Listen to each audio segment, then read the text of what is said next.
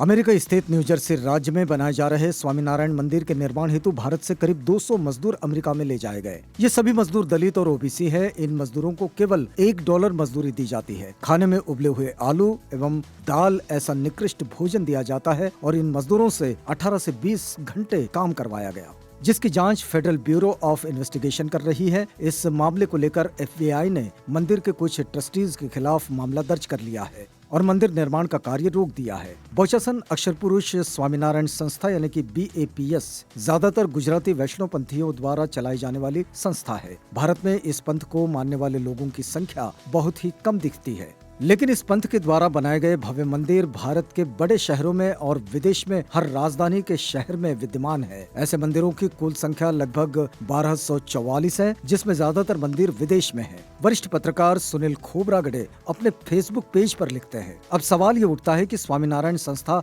विदेश में इतने भव्य मंदिर क्यों बनवाता है?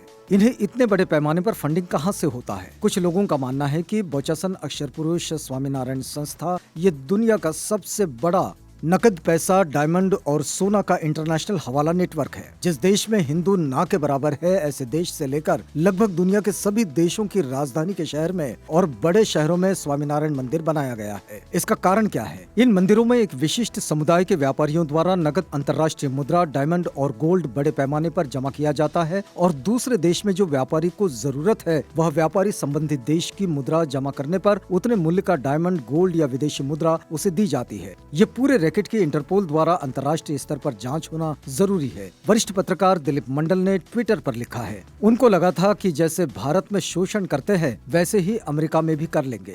10 साल की सजा होगी कम से कम। सभ्य देश है अमेरिका, अमेरिका भारत नहीं है। इस मंदिर के निर्माण हेतु मजदूरों के साथ ही बहुत जुल्म और अमानवीय व्यवहार किया गया। श्रमिकों के वकीलों ने कहा कि उनसे साइट पर दिन में लगभग 13 घंटे काम कराया जाता था। इस दौरान बड़े पत्थरों को उठाना, क्रेन और अन्य भारी मशीनरी का संचालन करना, सड़कों और सिवरों का निर्माण करना, खाई खोदना और जमी बर्फ हटाने जैसे काम दिए जाते थे। मजदूरों के पासपोर्ट जब्त कर लिए गए थे और कड़ी सुरक्षा में रखा जाता था, जहां उन्हें आगंतुकों और धार्मिक स्वयंसेवकों से बात करने की अनुमति नहीं थी। इसके अनुसार उन्हें खाने के तौर पर दाल और आलू दिया जाता था और छोटी सी गलती जैसे कि बिना हेलमेट के नजर आने पर उनका वेतन काट दिया जाता था। श्रमिकों के वकीलों ने दायर एक मुकदमे में कहा कि बोचासन वासी अक्षर पुरुषोत्तम स्वामीनारायण संस्था एक हिंदू संप्रदाय है, जिसे BAPS के नाम से भी जाना जाता है। इस संस्था का भारत के सत्तारूढ़ दल से घनिष्ठ संबंध है। इसने दुनिया भर में मंदिरों का निर्माण किया है और संभवतः वर्षों की निर्माण परियोजना के दौरान सैकड़ों निम्न जाति के पुरुषों का शोषण किया गया था। रिपोर्ट के अनुसार स्वामीनारायण संस्था का भारत के प्रधानमंत्री नरेंद्र मोदी और उनकी पार्टी भारतीय जनता पार्टी के साथ मजबूत संबंध है।